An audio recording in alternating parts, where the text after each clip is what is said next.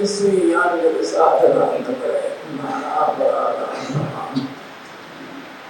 एकेनैव कृपासुधा जलधरासारे संसिद्ध्यति श्यामत्वं निजशोभया प्रभुर्ध्यानेनेत्कोरुणां तं रायुत्तरशब्दवत्तुतनिजं श्रीमन्तं मते श्रीमद्गोपाललालं भगवदभ्यसत्पालमालं तपस्को स्वामिन्या सुस्मितास्य जगद्गोपालमालं वेणो विन्यस्तस्तं रसपरिमलस्वर्णनाथं सुमित्रं रासक्रीडादिपूर्णं सुकरजवसनम्रादिभीषं नमामि। नमो नमस्ते श्रीशुभाय सात्वतां विदूरकाष्ठाय भुक्तियोगिनां निरस्तसाम्यातिशयेन राजसा स्वधामणि ब्रह्मणि रमसिते नमः। श्रीमदाचार्यचरणं शरणं सर्वदेहिनां अशेषदोषदोहनं मस्तके राजतां नमो भूनन्दकुमारो मे स्वामी वृषभानुजा कृतार्थो न संशयः।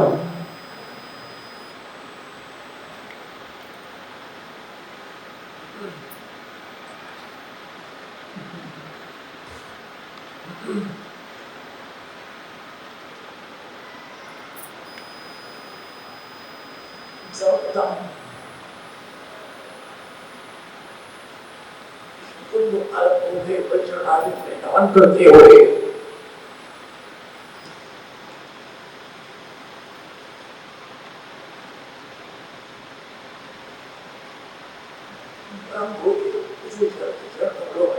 नमस्कार करते हुए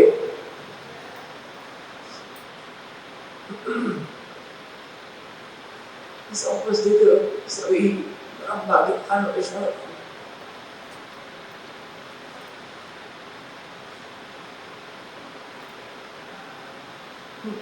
आज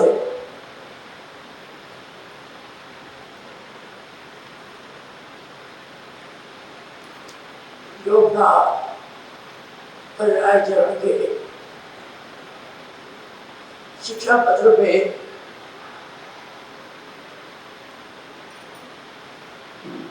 जो सत्संग का क्रम चल रहा है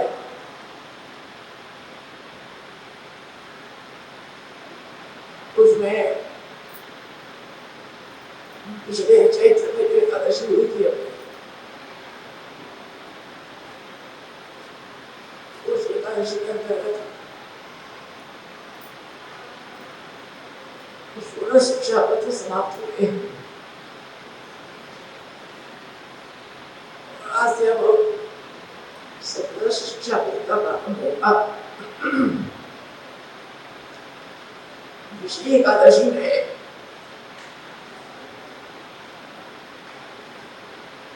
पूर्ण शिक्षा पत्र के 5 श्लोक हुए थे। उन 5 श्लोकों में पहला चरण में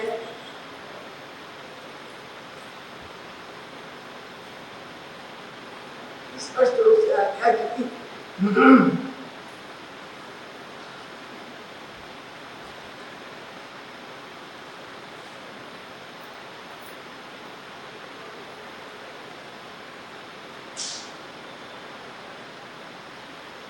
इन 5 श्लोकों के द्वारा गीता का प्रकार आप आपको बता गीता का प्रकार कैसे है, किस प्रकार से गीता हमको सिद्ध हो, उसकी व्यवस्था यहाँ पर आप बता रहे हैं कि गीता प्रभु की हो, प्रभु के प्रति उसकी व्यवस्था क्या है। तो सर्वप्रथम श्लोक आया सत्संगा भाव को नित्य वसत्संगस प्रभावतः वर्तते विषयावेशे चक्रारूढ़ेको मन्मते। ये सबसे पहले आपने बताया कि सत्संग कि गीता अपन को किस प्रकार की होगी, उसका सबसे पहला हेतु है कि सत्संग करो। जब तक सत्संग नहीं होगा तब तक दीनता प्रभु में नहीं आ सकती।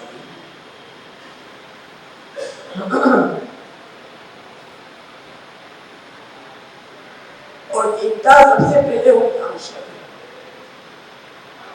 आज सब कुछ होने के बाद भी यदि हमें अहंकार आ गया तो हमारा सब कुछ किया हुआ ज्ञान भी बेकार है। इसलिए दीनता बहुत आवश्यक है। और वो दीनता किस प्रकार आएगी कि सत्संग से। जब सत्संग करेंगे तो सत्संग के माध्यम से हमें इस चीज की जानकारी होगी कि हमें अपने गुरु के सामने, अपने प्रभु के सामने, वैष्णव के सामने, उनके सामने किस प्रकार से व्यवहार रखना है, कैसे बोलना है, क्या नहीं बोलना है। मतलब ये दीनता केवल इसको कहना चाहिए कि अलौकिक में नहीं, लौकिक में भी, लौकिक व्यवहार में भी हमें लाने की आवश्यकता है। जो हमारा परस्पर का व्यवहार है, चाहे वैष्णव से हो चाहे गुरु से हो, उस परस्पर व्यवहार में भी दीनता बहुत आवश्यक है। वो जब तक नहीं होगी तब तक तुम किसी से भी कोई ज्ञान अर्जित नहीं कर सकते। कोई चीज तुमको पूछना है, कोई चीज तुमको समझना है, जब तक तुम क्या दीनता प्रकट नहीं करोगे वो तुमको नहीं बताएगा। इसलिए दीनता बहुत आवश्यक है। इसलिए यहाँ पर आकर करते हैं आप, उसके लिए सत्संग आवश्यक है। परंतु समस्या क्या है कि सत्संग का भाव तो नित्य,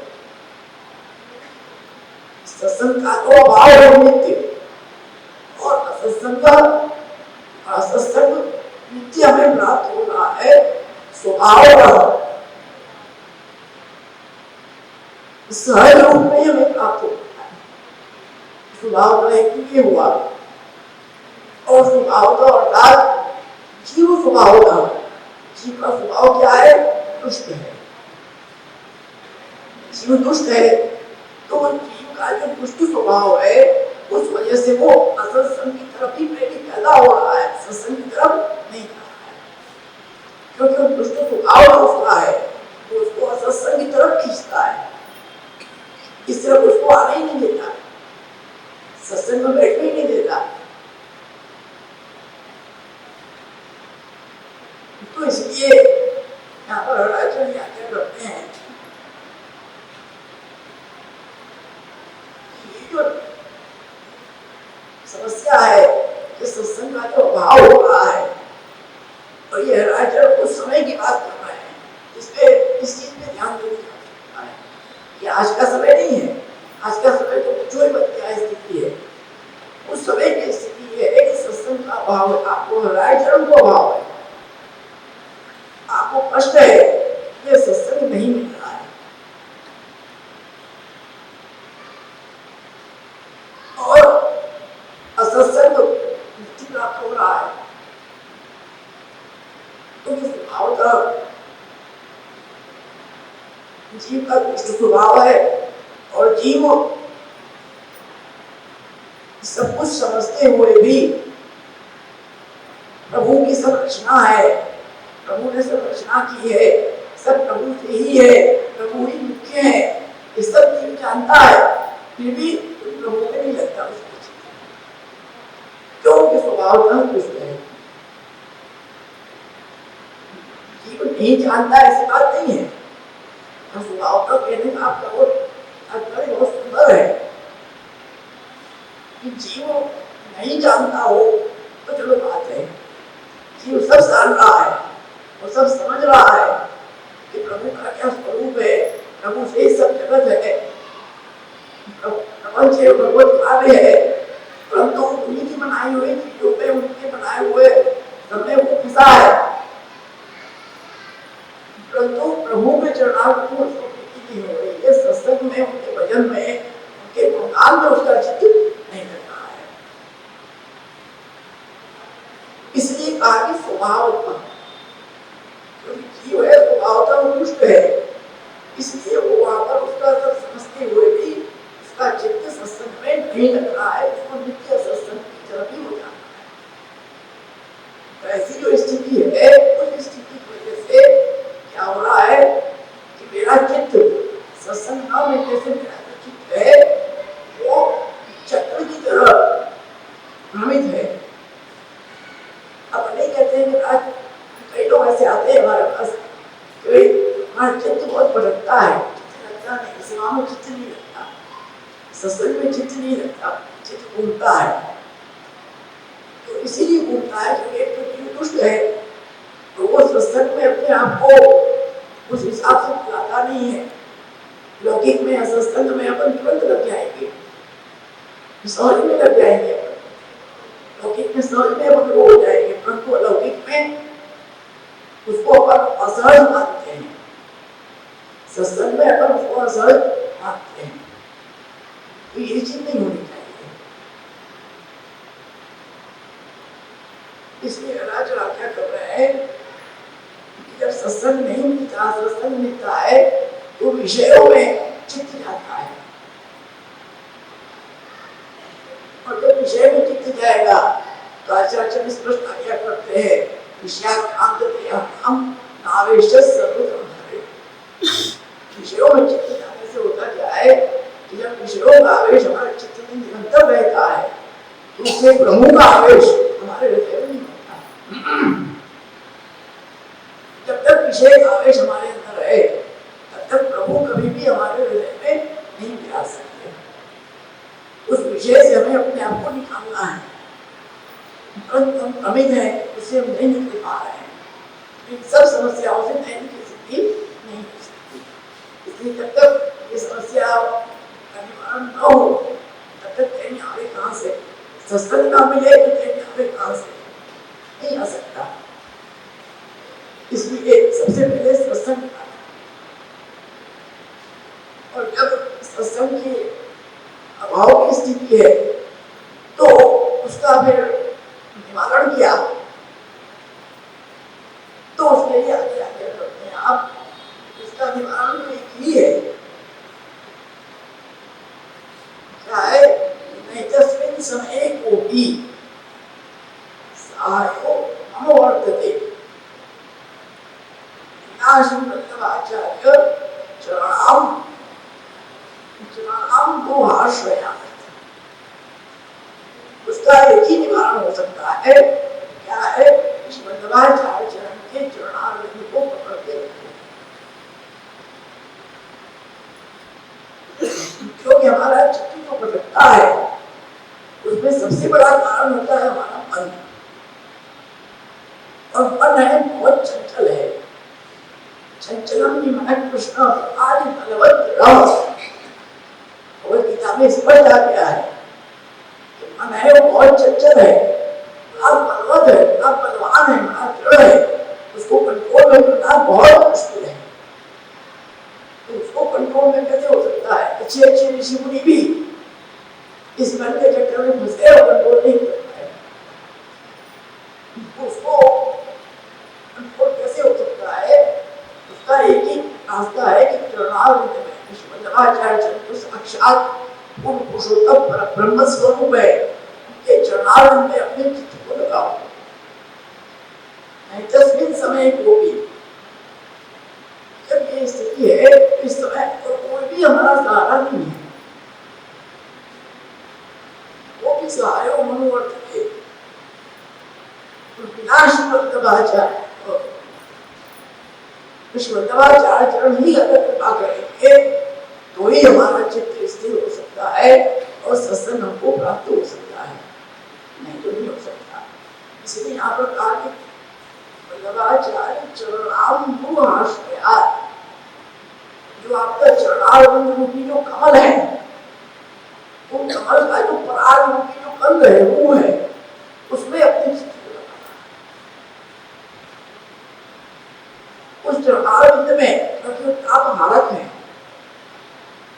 कमल है वो ताप हारक होता है, तो उनके चरणारविंद में हम चित्त को लगाएंगे तो हमारा चित्त चाहे कहीं भी भटक रहा हो, चाहे लौकिक में तो मान लो, चाहे लौकिक में काम में हमारा चित्त भटक रहा हो, चाहे लौकिक में तुम्हारा द्रव्य में तुम्हारा चित्त भटक रहा हो, चाहे तुम्हारा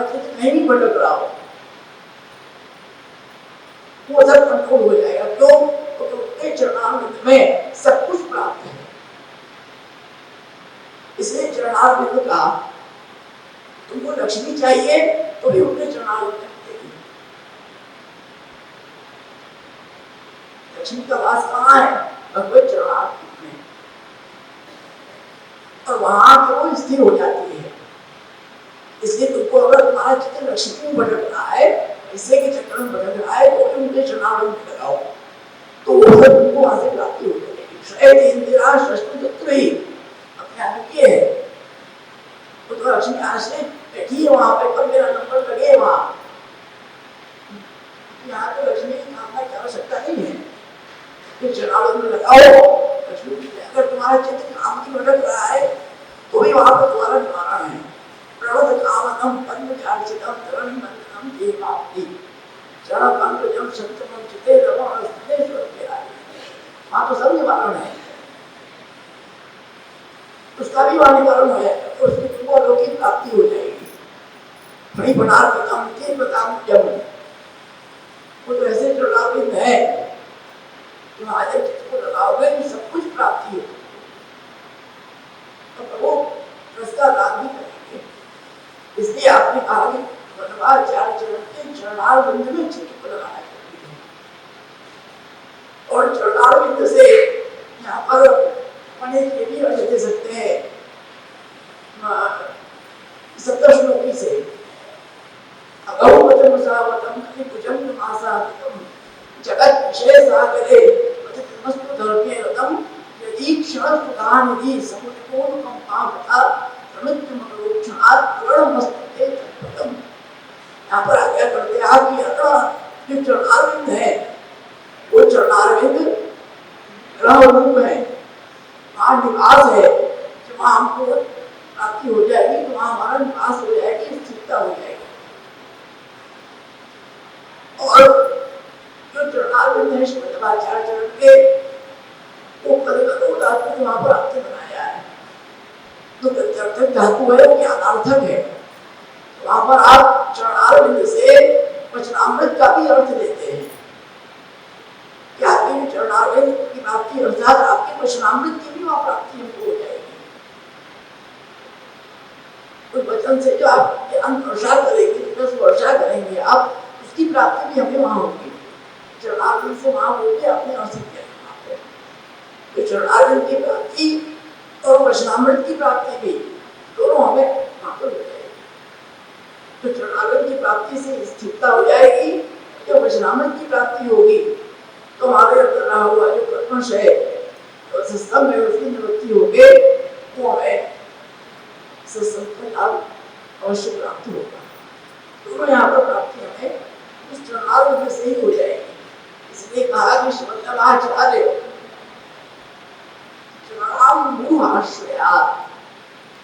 सबसे पहले अपने चित्त को प्रभु के चरणारविंद में लगाओ, क्योंकि वो मन से भी ज्यादा चंचल है। जो भगवत चरणारविंद है, श्रीमद्भागवत चरणारविंद है, वो मन से भी ज्यादा चंचल है। जब सिर पे सवासिर आ जाता है तो अपने आप उसको दबना पड़ता है। सिर पे सवासिर रख दोगे तो अपने आप वो दब जाएगा। इसलिए वहां चरणारविंद में लगाओ तो अपने आप तुम्हारा मन कितना भी चंचल हो वहां स्थिर हो जाएगा।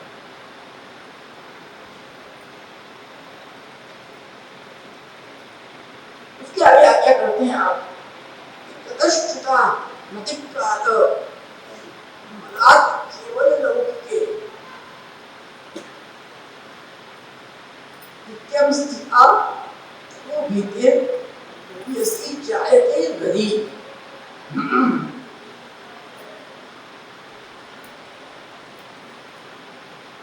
अब हमारी स्थिति क्या हो रही है? श्रीमद्भागवत के चरणारविंद में जो चित्त लगा रहे हैं वो चित्त हमारा नहीं लग पा रहा है, तो वहां से हम च्युत हो जा रहे हैं, वहां से हम नीचे गिर जा रहे हैं।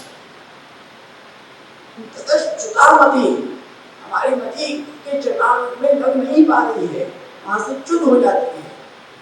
कैसे हो जाती है? काल बला, काल का बल है। हमने चरणारविंद में अपने चित्त को लगाया, हमको लगने के बाद भी वहां से वो च्युत हो रहा है। क्यों हो रही है? क्योंकि काल बलात्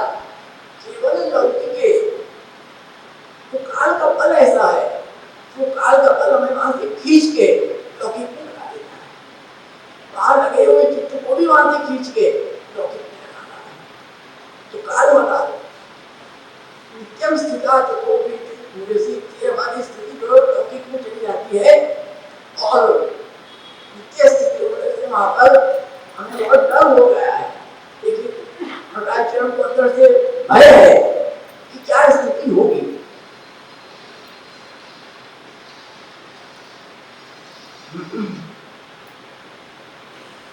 अब वहां पे आज्ञा करते हैं कि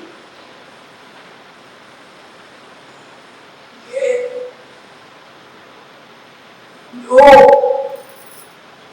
चढ़ाव में चित्त लगने के बाद भी काल के बल से वो चित्त हमारा दिमाग से बढ़ जाता है,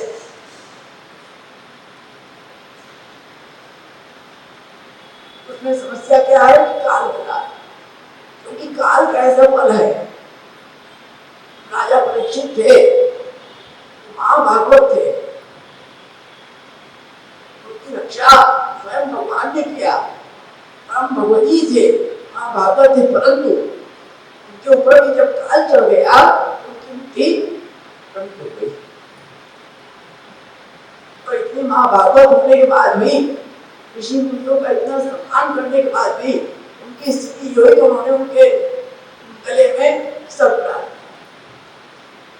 क्यों? कोई कलकार उनके माथे चढ़ के बैठ गया, तो कथा आती है भागवत में। इसलिए आप यहाँ पर आज्ञा करते हैं कि ये जो काल बना, कलिकाल जो है, कलिकाल की वजह से इस राजा के चरण में चित्त लग के जो कलिकाल का जो प्रभाव है, उस वजह से जो हमारा चित्त में लक्ष्य नहीं लग रहा है, तो अब क्या किया जाए? क्योंकि काल तो भाई सबसे ऊपर है, सब कुछ होने के बाद भी काल की ऐसी समस्या है कि वो स्थिर नहीं होने देता। इसलिए तो मर्यादा मार्ग में पहले ही कहा कि सब चीज शुद्धि करो, तब जाके तुम्हारे मंत्र फलित होंगे, तो फल ही नहीं मिलेगा। देश काल द्रव्य मंत्र सब कुछ शुद्ध होना चाहिए। इतनी जब शुद्धि हो जाएगी तब जाके तुम्हारी विधि वहां होगी, वो तो फलित होगी, तो फलित ही नहीं होगी।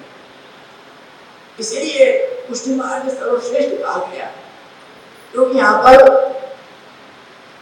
इस घोर कलिकाल में भी केवल कीर्तन मात्र से प्रभु की प्राप्ति हो जाएगी। इतना बड़ा कलिकाल है जो सबकी बुद्धि को नष्ट करने वाला है, फिर भी केवल कीर्तनादेव कृष्ण से सब कुछ वहां हो जाता है। इसलिए पुष्टि मार्ग श्रेष्ठ है, और इस पुष्टि मार्ग में कलिकाल में भजन मात्र से ही सिद्ध हो जाता है।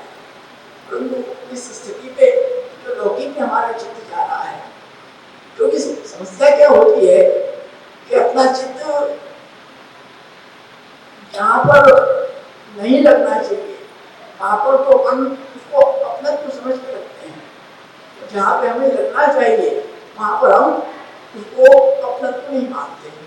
मेन समस्या ये है। तो पिछली बार आज्ञा भी किया कि तीन चीज है, एक तो शत्रु है, एक मित्र है, एक उदासीन है। तो जो अपना ये पुष्टि मार्ग है, अलौकिक है, जो भगवत सेवा है, ये तो अपना मित्रवत है। और जो मर्यादा मार्ग है, जो मर्यादा की जितनी रीत है वो करना है, वो उदासीन रूप से करना है। और लौकिक क्या है कि शत्रु है, उससे हमको बचना है। परंतु आज की स्थिति कहना नहीं चाहिए, आदमी अलौकिक से बचता है।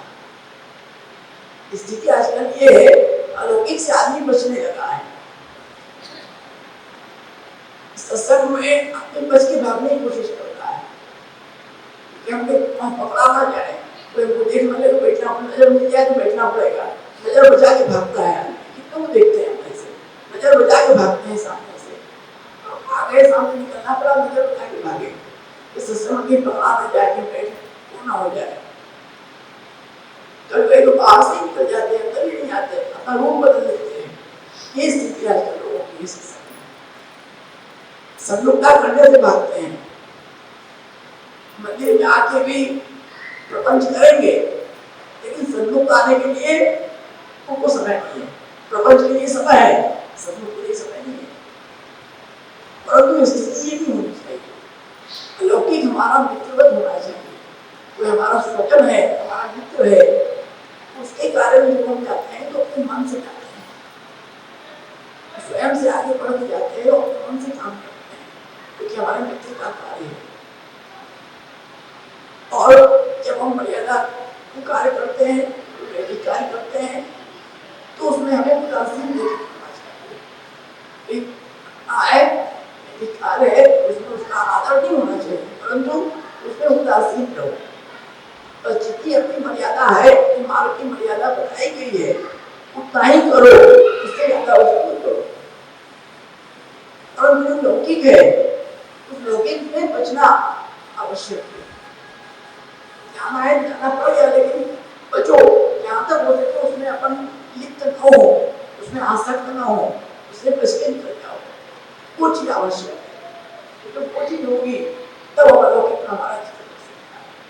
यहाँ पर आगे कहते हैं हमें डर लगता है, हमको डर है, वो भय है कि हमारा चित्त लौकिक में जा रहा है, क्या स्थिति होगी। तब आगे आगे करते हैं आप भगवान करुणात्मा चित्तशती न जाने तेन में चेतक न भवति सर्वथा।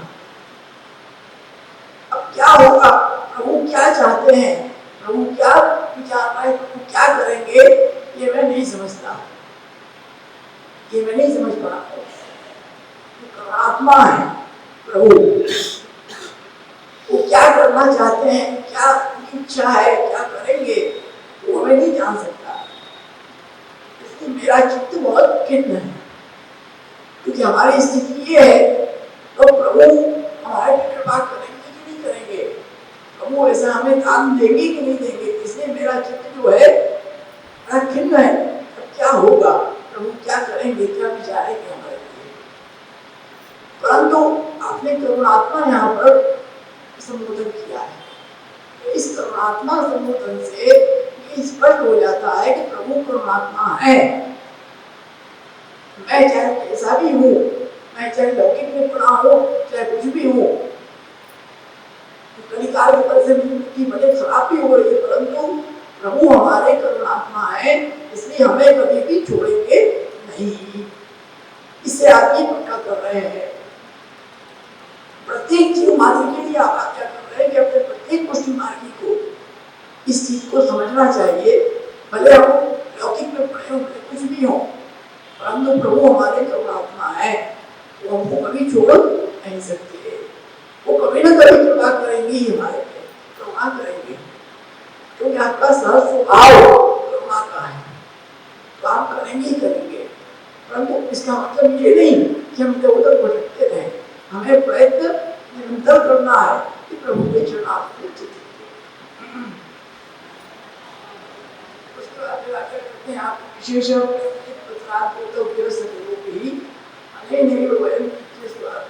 स्वास्थ्य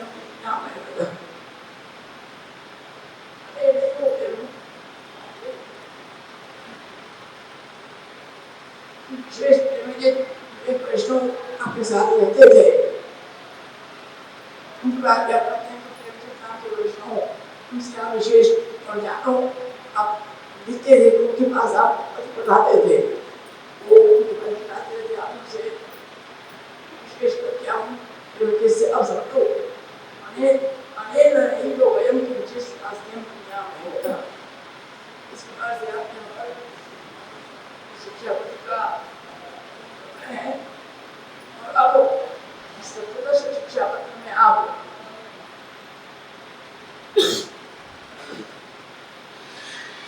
नवीन क्रम और विशेष रूप से के स्वरूप का निरूपण भी है, और ज्ञान का वैविध्य भी है। कई इसमें अलग प्रकार सप्तदश शिक्षा पत्र में आपने बताए हैं।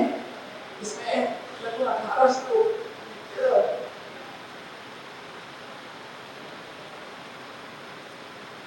13 श्लोक है सप्तदश शिक्षा पत्र में, तो 13 श्लोकों के माध्यम से आप उनका वर्णन कर रहे हैं, उसका वर्णन आगे अपन श्रवण करें तो उसका विषय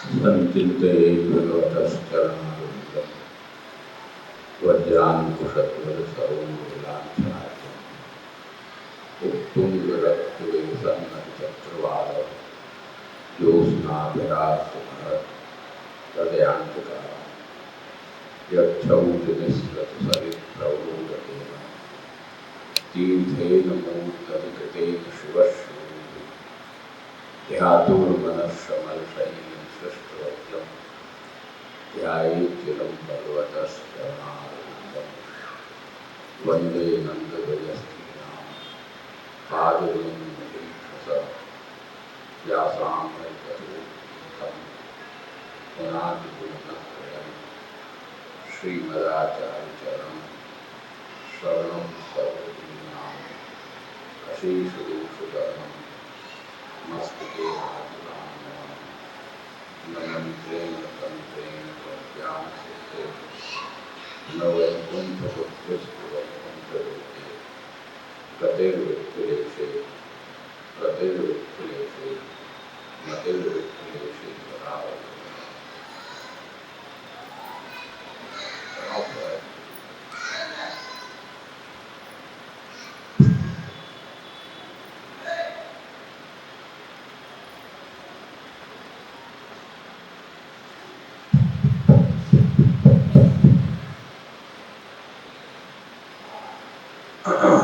सर्वप्रथम श्री वल्लभ प्रभु के चरणों में वंदन करते हुए जयंती बाबा साहब एवं उपस्थित समग्र परम भाग्यवान वैष्णव ने जैसा कि बाबा साहब ने बताया, पूर्ववक्ताओं ने बताया कि 16 शिक्षा पत्र संपन्न होकर सप्तदश अर्थात 70वां शिक्षा पत्र अपन प्रारंभ करने जा रहे हैं।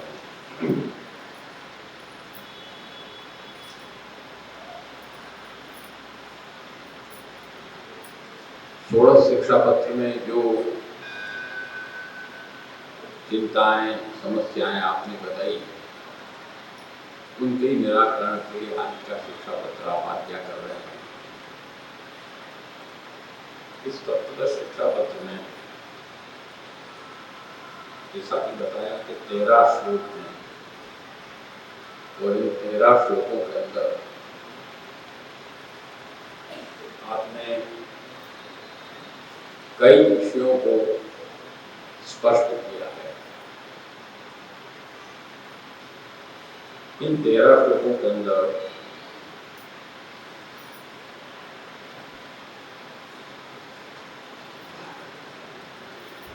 विषय आप स्पष्ट कर रहे हैं।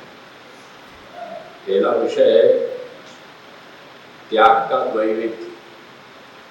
त्याग कितने प्रकार का होता है वो हम बता रहे हैं। दूसरा विषय है त्याग और अत्याग का निरूपण। त्याग किसको कहते हैं और अत्याग किसको कहते हैं, उसका निरूपण।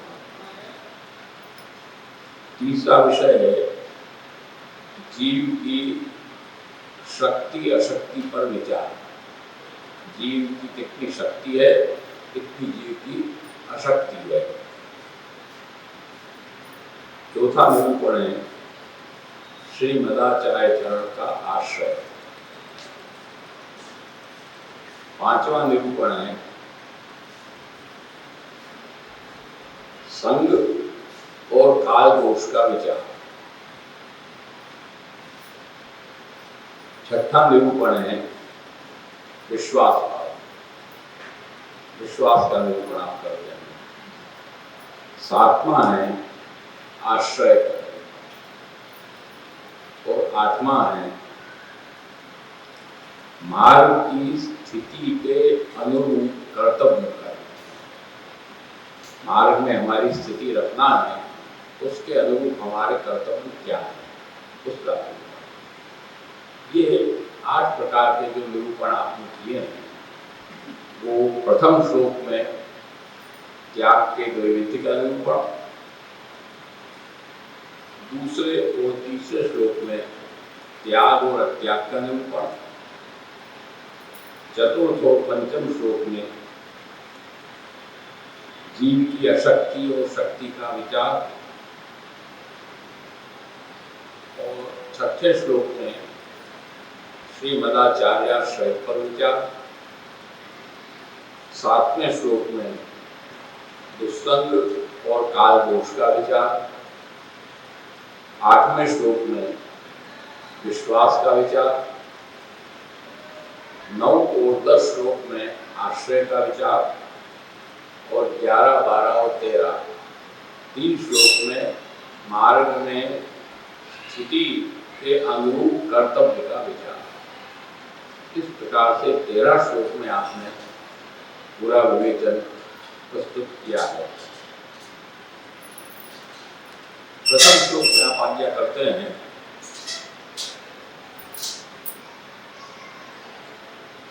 यदुक्तमस्मदाचार्यै गौण मुख्य विभेदतः त्यागो गृहधनादीनां अथवा कृष्ण योजनम। 2 प्रकार के त्याग का निरूपण आप करते हैं, मुख्य और गौण। मुख्य त्याग क्या है और गौण त्याग क्या है, दोनों त्याग का निरूपण आप यहाँ पर करते हैं। अस्मत् आचार्य ही, सीधा सीधा इसका शब्दार्थ करें तो अस्मत् आचार्य ही गौण मुख्य विभेदतः, गौण और मुख्य के भेद से यदुक्तम, जो त्याग का विवेचन किया गया वो हम आगे बता रहे हैं। वो क्या है कि ग्रहधनादीनाम त्यागो अथवा कृष्ण योजना। त्याग 2 प्रकार का है। एक तो जैसे हमने सब चीज का त्याग करके संन्यास ले लिया, ये भी त्याग है, हम संन्यास्त हो गए, गृहस्थ का, धन का, सब चीज का त्याग कर दिया। और दूसरा त्याग ये हुआ कि हमने जितना भी अपना कुछ है वो प्रभु में समर्पित कर दिया। दोनों में हमने नहीं लिया है, दोनों में हमने ग्रहण नहीं किया, हमने दोनों में उस चीज का त्याग किया। पर त्याग 2 प्रकार का हो गया, एक तो बिल्कुल उसको छोड़ देना और एक उसको प्रभु में लगा देना। अब इसको आप सब कुछ छोड़ देना, इसको आप गौण त्याग कह रहे हैं, ये गौण है। और सब कुछ प्रभु में लगा देना ये मुख्य है। ऐसा क्यों? पर पुष्टि मार्ग की दृष्टि से तो मान लेंगे कि चलो भाई भगवान में लगाना है, श्रेष्ठ है, परंतु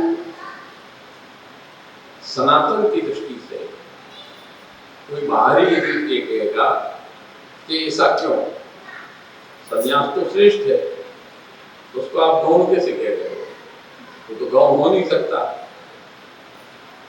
तो वहां पर हृदय चरण उस चीज को स्पष्ट करते हैं योगेश्वर जी कि यहाँ पर वस्तुतः गौण मुख्य का जो भेद है वो शास्त्रीय दृष्टि से और अपनी मार्गीय दृष्टि से, दोनों दृष्टि से उसका विचार है।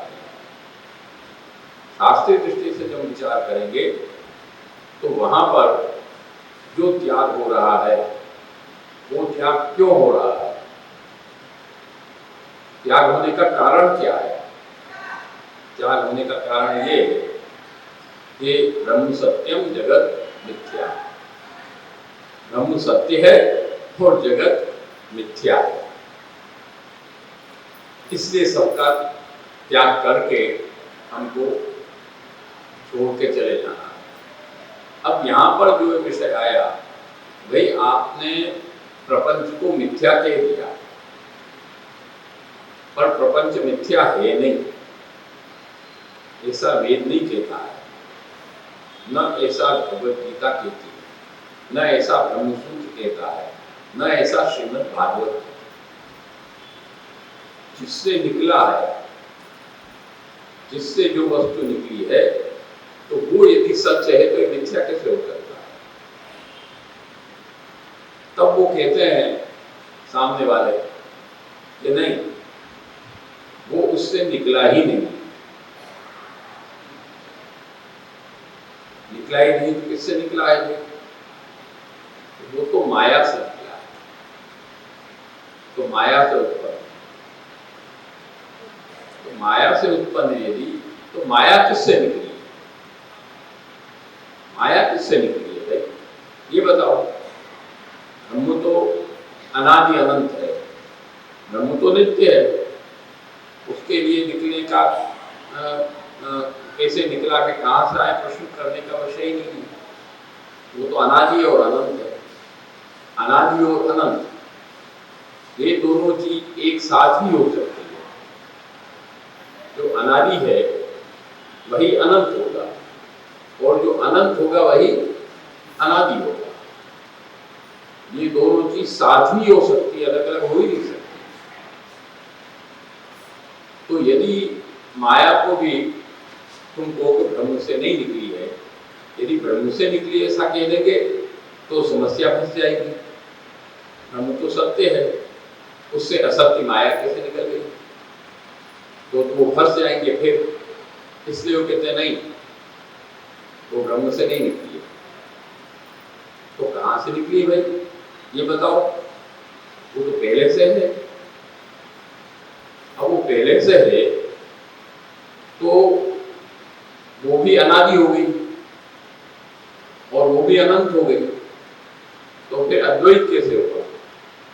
तो तुम्हारे इसमें तो माया है, जैसे ब्रह्म है ऐसा माया है, दोनों बराबर हो गए। वो भी फंस गए, वो भी नहीं होगा। अद्वैत है, एक ही तो है। अपने यहाँ की दर्शन की फिलोसॉफी अद्वैत है, द्वैत नहीं है। तब क्या समस्या करना? तब उन्होंने दूसरा रास्ता निकाला कि नहीं, वो अनादि शांत है। अनादि है और शांत है, मतलब खत्म होने वाली चीज है। ऐसे अनादि है और शांत है, खत्म होने वाली चीज है। तो खत्म नहीं होगी तो मुक्ति नहीं होगी। माया खत्म नहीं होगी तो मुक्ति नहीं होगी। मुक्ति में समस्या फंस जाएगी। इससे उसको अनादि स्वीकार करते हैं और शांत स्वीकार करते हैं। अरे अनादि हो शांत कैसे होगा? हो ही नहीं सकता। तो ये उनके मार्ग में भयंकर दोष आ जाते हैं। तो ये दोष जब आ जाते हैं तो इन दोषों की निवृत्ति हो नहीं सकती। वाचस्पति मिश्र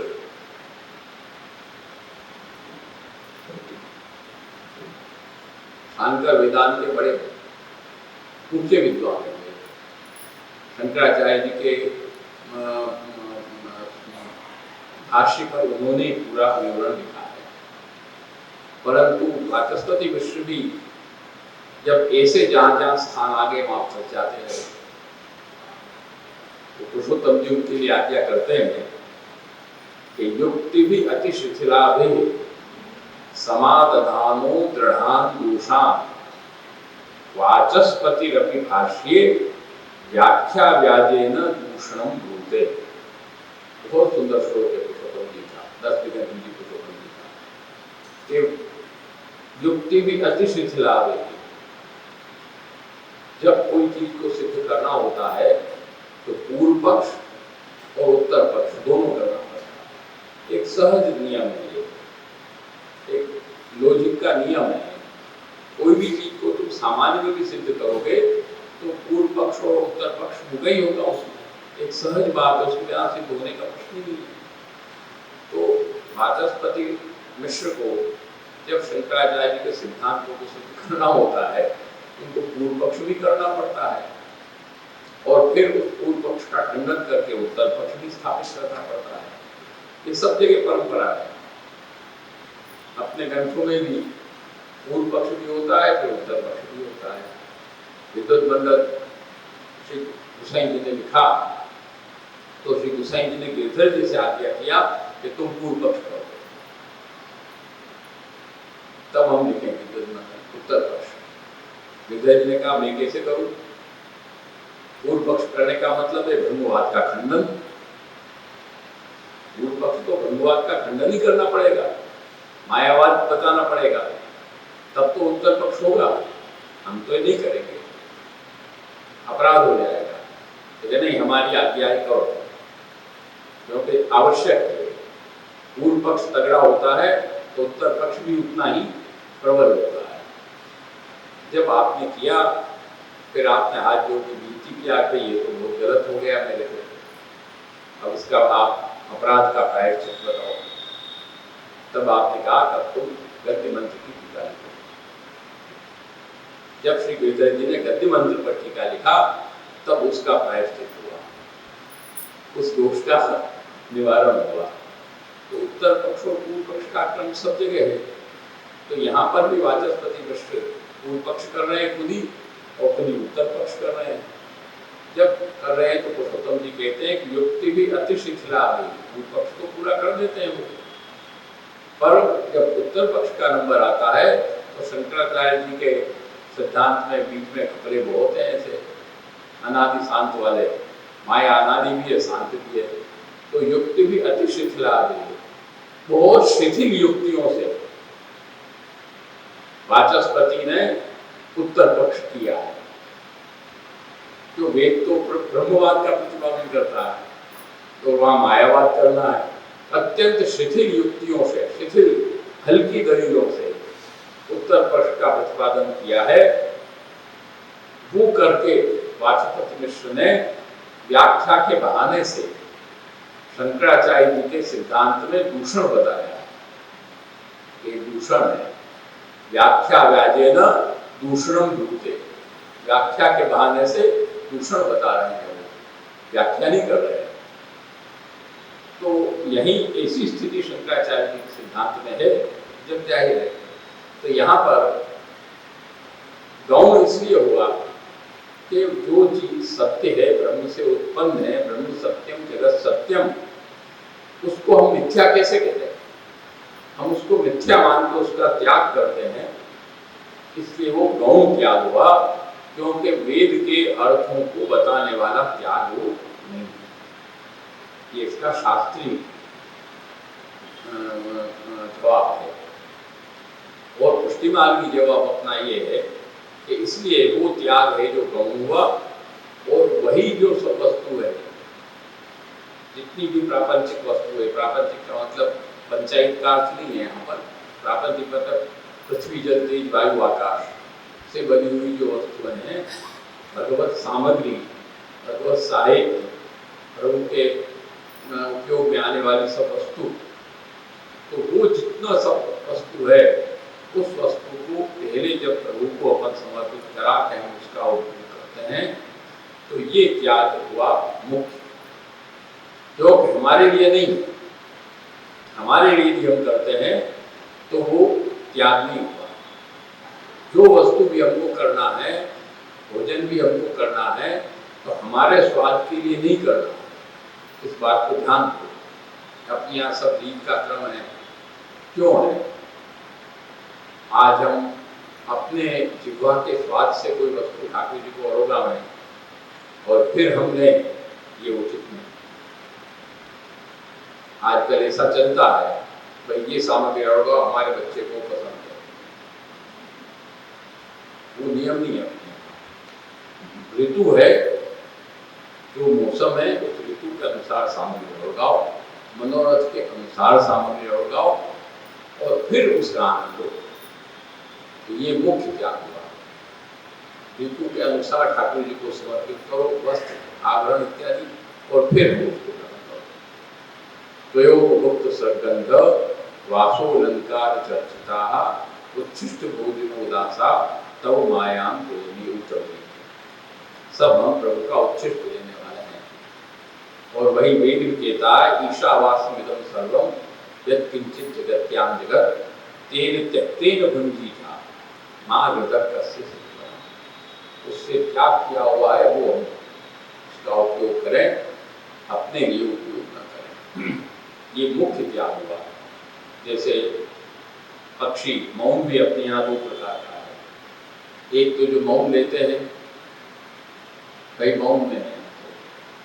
ये मौन गौण, ये बात ध्यान दो, ये मौन गौण है। और एक मौन वो है जो प्रायो बदामी वेगा मुनियो वदेस्मिन् कृष्णे क्षणम तदुत्तम कल वेणु गीतम आरुह्ये जो ज्ञान विचर प्रवादान शृण्वन्ति नीलित दृशो विगतानि वाचा। जो पक्षी थे, जो वेणुनाद हुआ तो वहाँ पक्षी सब वृक्ष पर बैठे हुए थे, तो पक्षी सब मौन धारण कर लिए। ऐसा मौन धारण कर लिए कि विगतानि वाचा, वेणुनाद का श्रवण करके उस वेणुनाद में से जो अलौकिक रस उनको प्राप्त होता था उसकी चर्चा करते थे, परंतु अन्य चर्चा नहीं करते। अन्य वाचन विगता, लौकिक वार्ता, लौकिक बातें, लौकिक गपोड़ा सब छोड़ के केवल भगवत चर्चा हम करें, वो हमारा मौन मुख्य है, वो पुष्टि मार्ग की मौन है। और बिल्कुल मौन करके बैठ जाए, पाठ भी उच्च स्वर से न करें, भगवत चर्चा भी न करें, ये गौण मौन है।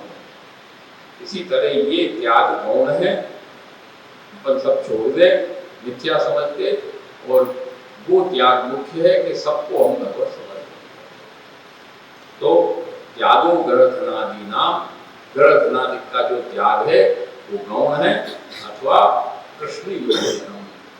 ग्रहधनादि को पति पुत्र पत्नी सहित सबको भगवत सेवा में लगा सम्मुख कर दो, ये मुख्य त्याग है। दो प्रकार के त्याग आपने यहाँ पर बताए। उसके बाद द्वितीय श्लोक में विषय आया त्याग, त्याग, त्याग और अत्याग का निरूपण।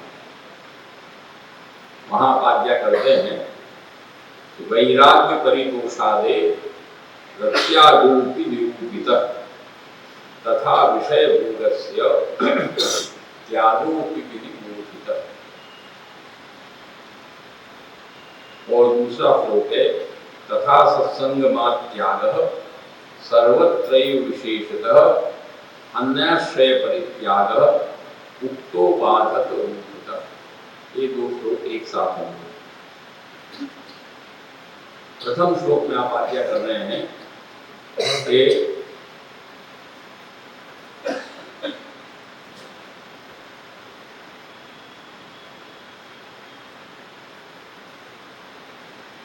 वैराग्य और परितोष दो चीज का अत्याग है। वैराग्य होना चाहिए हमारे हृदय में, हम रागयुक्त नहीं होने चाहिए। यहाँ पर रागयुक्त का मतलब है लौकिक में राग, भगवत सेवा में नहीं।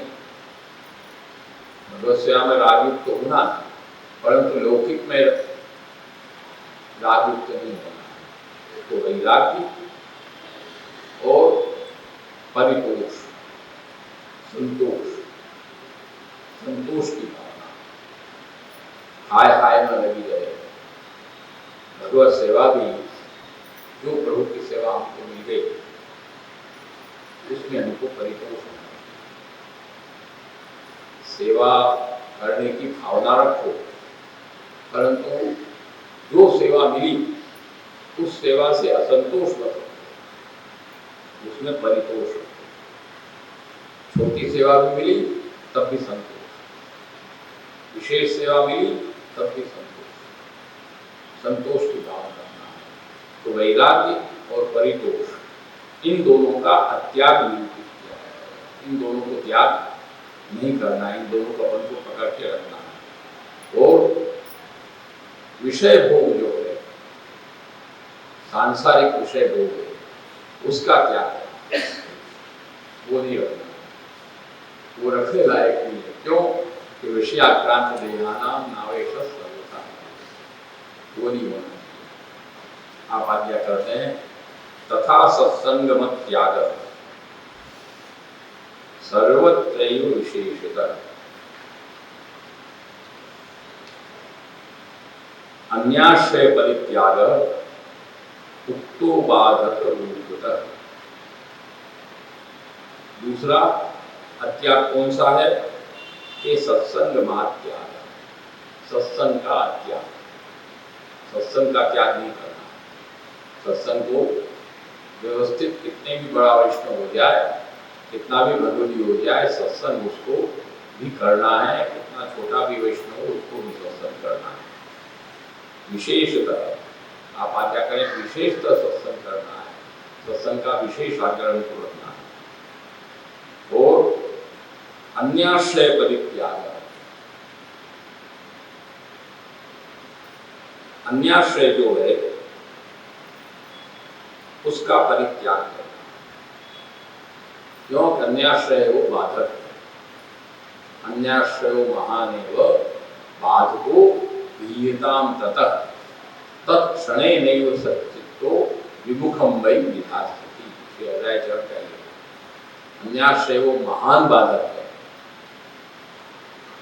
यहाँ तक आप आज्ञा करते हैं कि जिस प्रकार बाघ से हम डरते हैं, शेर आ गया हमारे सामने, उससे जैसे हमको भय लगता है और भाग जाते हैं, छिप जाते हैं, इसी तरह अन्याश्रय से भी भाग के छिप जाओ।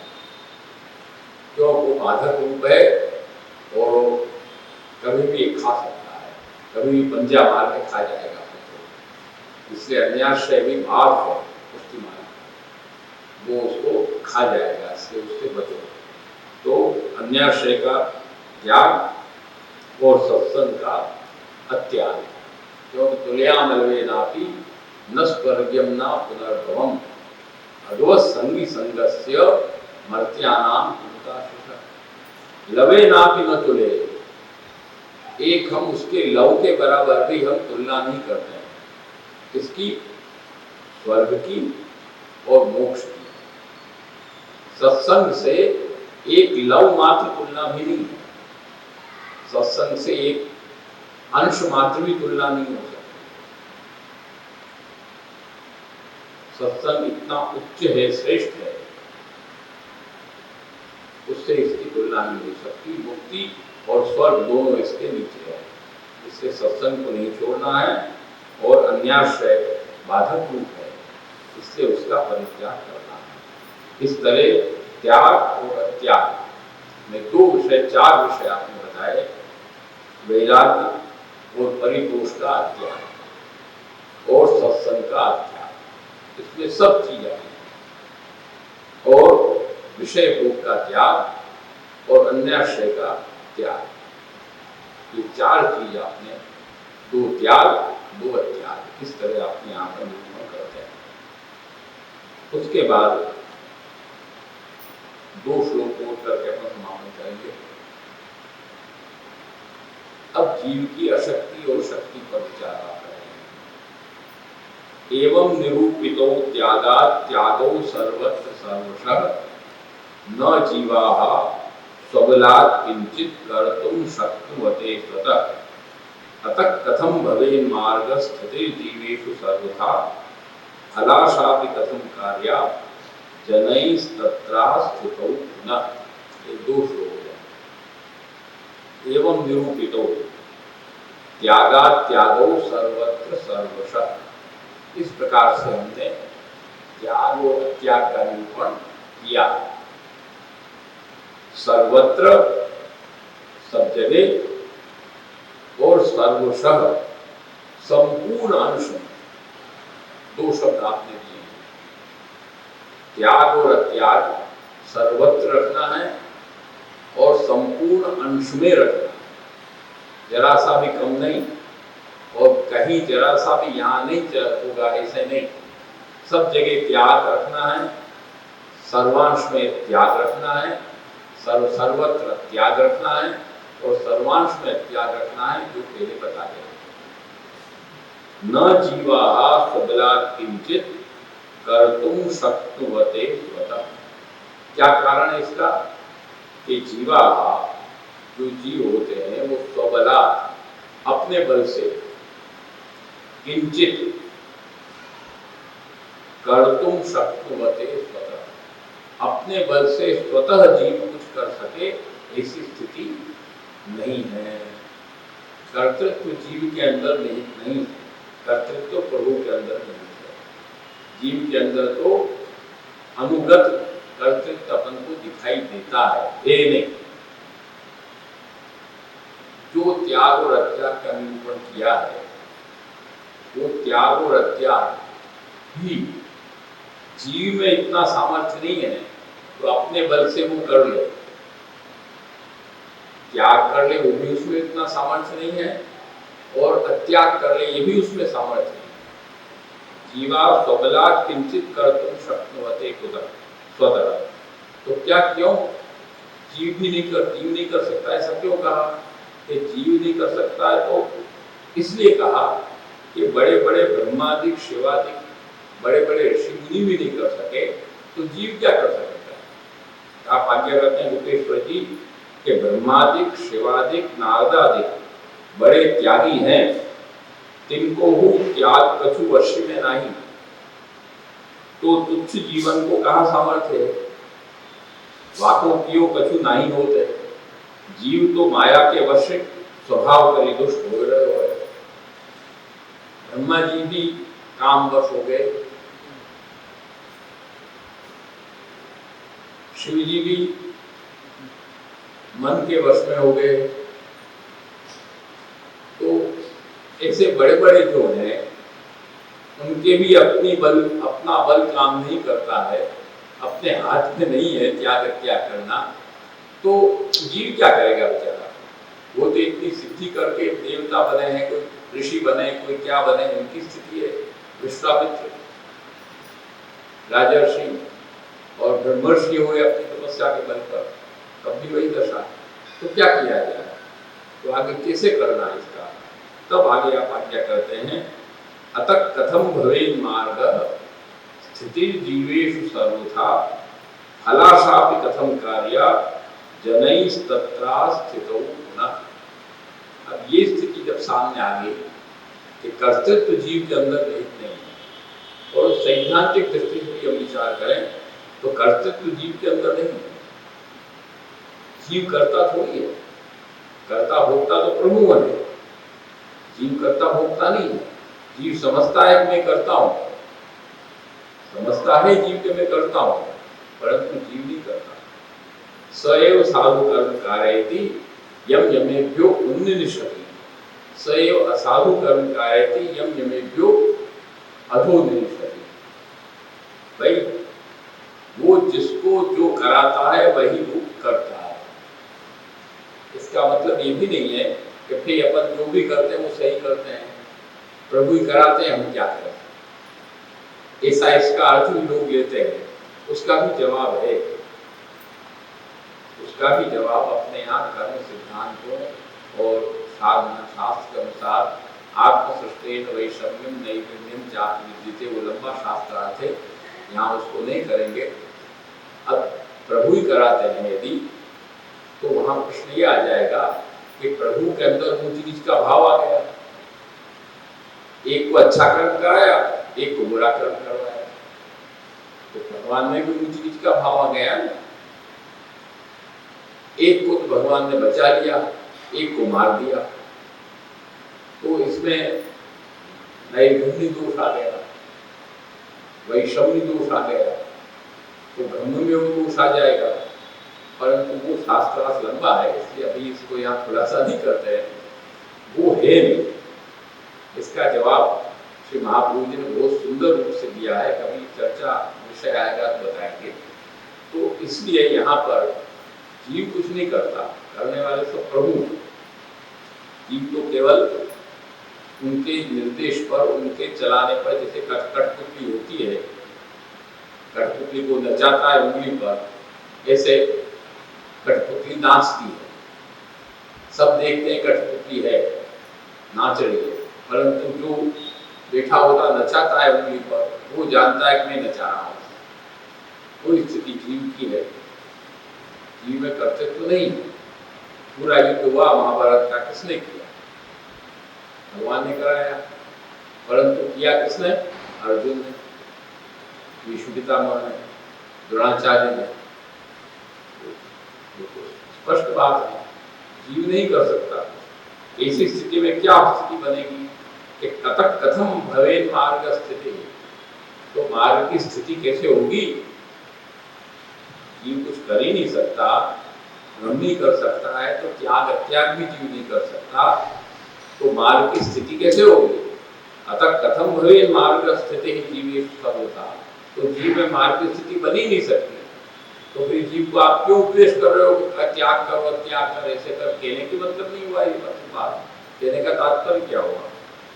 और फलाशा भी कथम कार्य, तो फल की आशा भी क्या हुई? फिर फल की आशा का भी कोई मतलब नहीं है, वो जब करने वाले ही नहीं है तो फलाशा का क्या मतलब हुआ?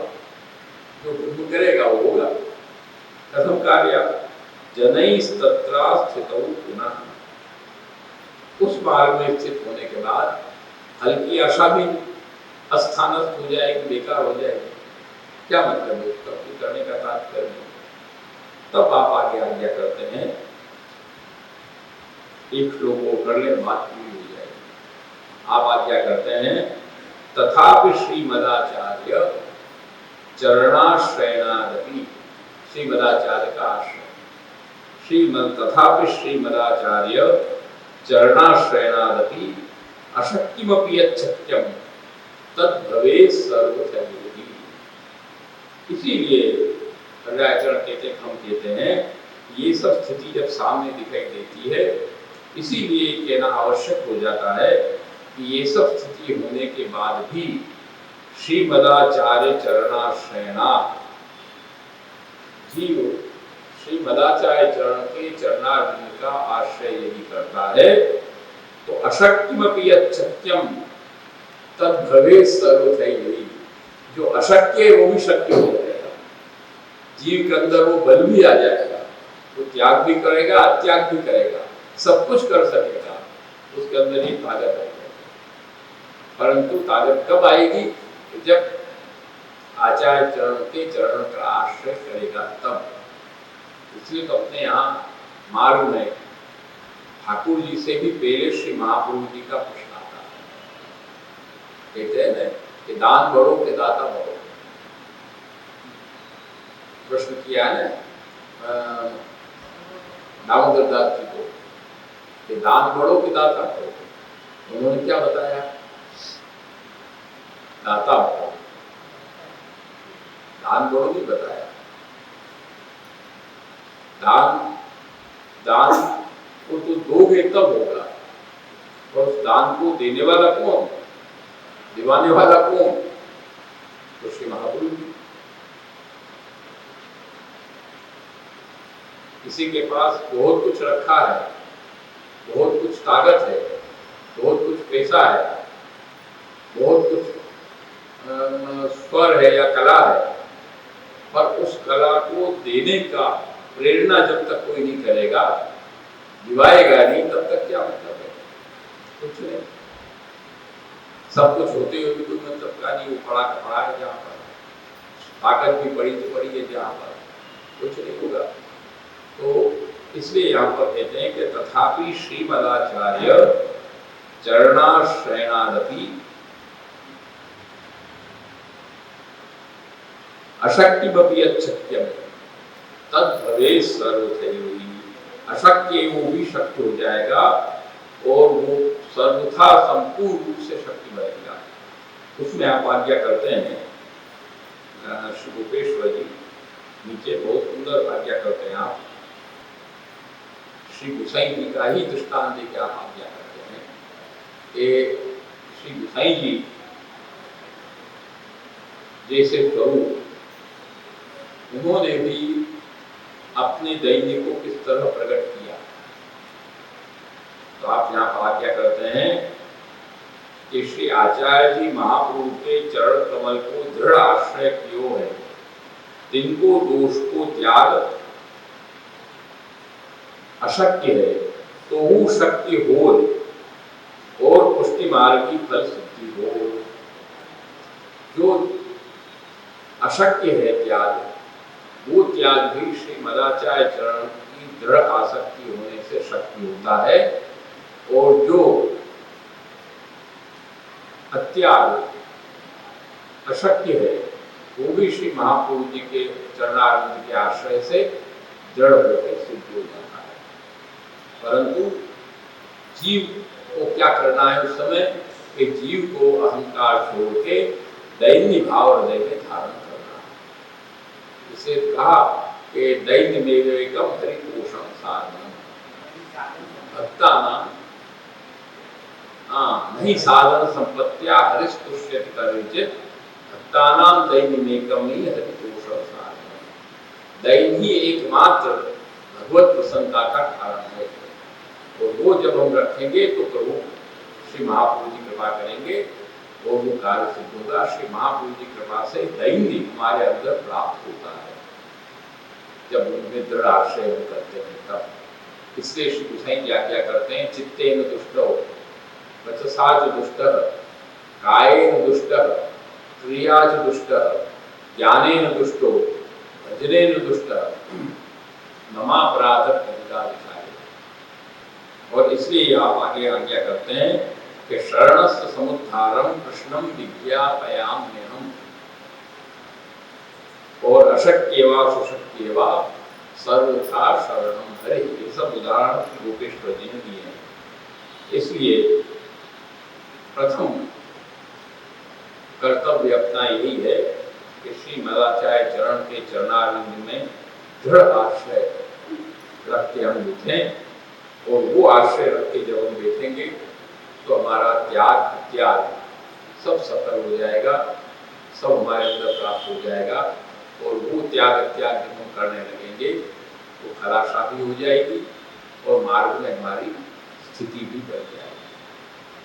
इस तरह से 7 श्लोकों के माध्यम से 6 श्लोक हुए।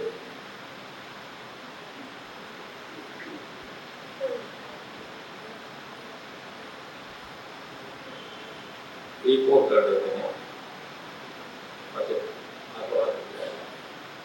यदि दुस्संग दोषेण न भवेत् शिथिलं मनः यदि वा काल दोषेण अविश्वासो भी भवेत् नहीं।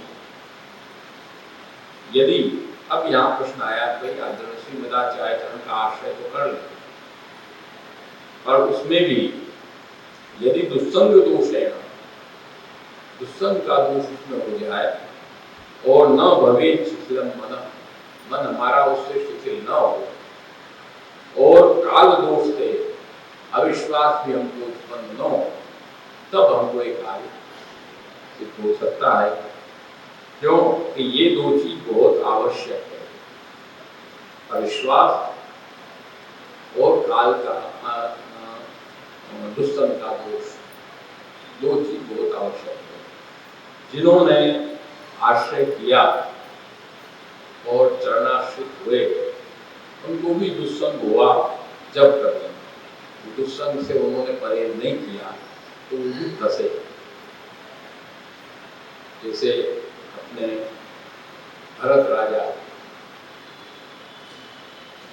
हुए, पंचमस्कंद में कथा आती श्री भागवत में। वो क्या था, सब कुछ छोड़ के चले गए थे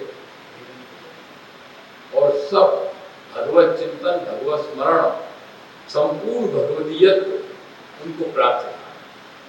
उनको कोई चीज से लेना देना नहीं था, परंतु वहां भी वैसा दुस्संग नहीं हुआ। परंतु हरिण का बच्चा दया आ गई, करुणा आ गई।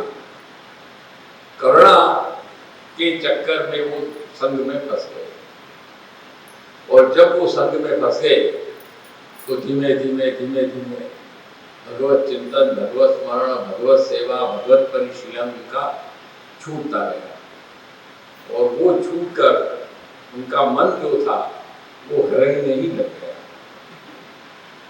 दिन भर वही चिंतन, जो पहले भगवत चिंतन अनवरत रहता था वो भगवत चिंतन धीमे धीमे कम हो गया और अनवरत हरिण में चिंतन लग गया।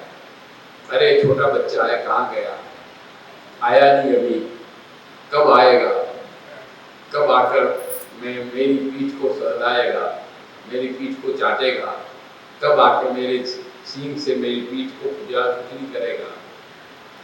पाला बचपन से तो उनके साथ तो एकदम स्नेह संबंध हो गया, जैसे दुस्संग नहीं था। पर संग था, अन्य संग था प्रभु से, तो वहां उनकी स्थिति क्या हुई? वहां भी उनकी स्थिति ये दशा हुई। और काल दोष हुआ परीक्षित जी को, जो अभी पिछले में प्रसंग आया, परीक्षित जी को काल का दोष हुआ, कलिकाल। कलिकाल उनके मस्तक पे चढ़ते बैठ गया। तो वही दशा हुई, सर्प को गले में डाल दिया। और परीक्षित जी की दशा क्या होगी? जो तो स्वर्ण का मुकुट,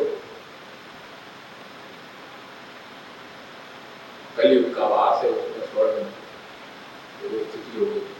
तो इन दो चीजों से परहेज करना ये जीव का कर्तव्य है। दुष्संग से परहेज करे और काल दोष से बचता है। वो कहाँ छल कर रहा है काल, उसको ध्यान दे, उसको वो न करे। अविश्वास नहीं पैदा होना चाहिए, क्योंकि अविश्वास और संग, सत्संग, ये दोनों बहुत आवश्यक है। जो पहले बताया, तथा सत्संग मार्ग त्याग सर्वत्र विशेषतः अन्याशय परित्याग उक्तो बाधक मुक्तः। ये दोनों चीजों को अवश्य करने की आवश्यकता है। इस प्रकार से अपने 7 श्लोकों में 1, 2, 3, 4, 5 वस्तु आपने बताई। त्याग का दैविध्य, त्याग त्याग का निरूपण 2, जीव की शक्ति अशक्ति का विचार 3, और श्रीमदाचार्य चरण का आश्रय 4, और दुस्संग और काल दोष का विचार 5। अब 3 चीज बाकी है, तो अपन अगले एकादशी में उसको संपन्न करेंगे। इतने कहते हुए